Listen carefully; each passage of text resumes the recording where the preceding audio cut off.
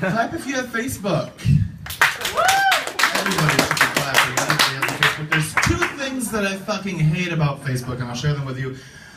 First thing is, and I'm sorry, I get it, you know, like spiritual high five, but if you just found Jesus on Facebook, I hate you. I'm sorry, I can't handle it. I don't like that. They become so preachy, and then they're posting their Instagram pictures of them working in a soup kitchen surrounded by inner city children, and it's like, hashtag blessed. Hashtag John 3:16. And it's like, no, pump the brakes, Kevin. You don't get to be so preachy. Like a week ago, you were doing lines on like inner city kids' like faces. Like you don't get to get it together. And I hate like the new time hop thing. Does anyone know what that is? On Facebook, where they'll bring up something from your past and like, oh, remember that? Remember that? Let's reminisce a second. Well, whenever my time hop comes up, I always think it's like Facebook just kicking me in the balls because it's like, remember that one time when your fucking mom died? It's like, thanks Facebook for opening those wounds back up. You know? I do remember that. I do remember sitting in the hospital room shooting the shit with her, and one day we were like, hey mom, like, what would your make-a-wish be?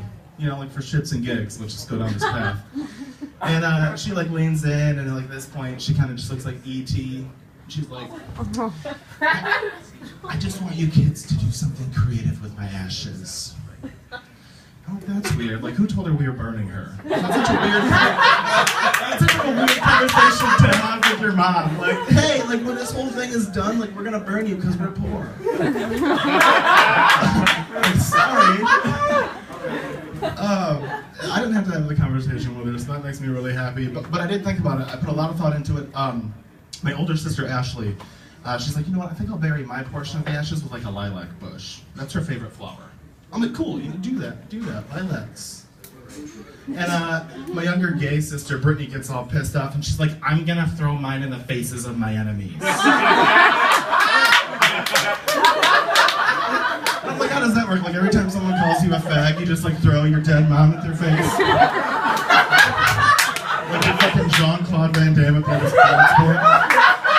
You know, I guess it might work in her favor because eventually people are gonna be like, yeah, don't mess with that dyke. She'll throw her dead mom at you. Don't even fuck with her. So it might work in her favor. I hope it does. And then I thought about it, and I was like, what do I want to do? How do I want to commemorate? And I was like, you know what? I'm going to get a necklace. I'm going to put her ashes in a necklace, and I'm going to wear it around my neck. It was going to be close to my heart. And I thought about it, and I was like, fuck, I can't, because then every time I'm done having sex with a chick, I need to explain to her what's just been hitting her in the face for the past 6 minutes. Like, that's an awkward conversation. Like, P.S. me, Kathy. She's been hitting you in the face for the past 6 minutes. Luckily, don't, like, break open and get on your titties. Like, there's already a big enough mess to clean up when you're done having sex. You don't want to add, like, dead mom to that list. It's just not, it's not anything you want to do. So actually, what I really did do, because I can't do that, drove up here from Michigan about a month ago. At every restaurant I stopped at, I kind of just put a little bit of her in the salt and pepper shakers. Because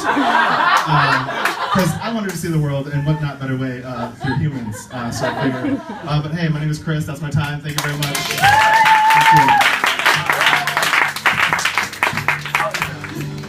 Chris Dorchin, everybody, give it up. Thank you, Chris. We have a hot mic, ladies and gentlemen. Oven mitts only on this mic.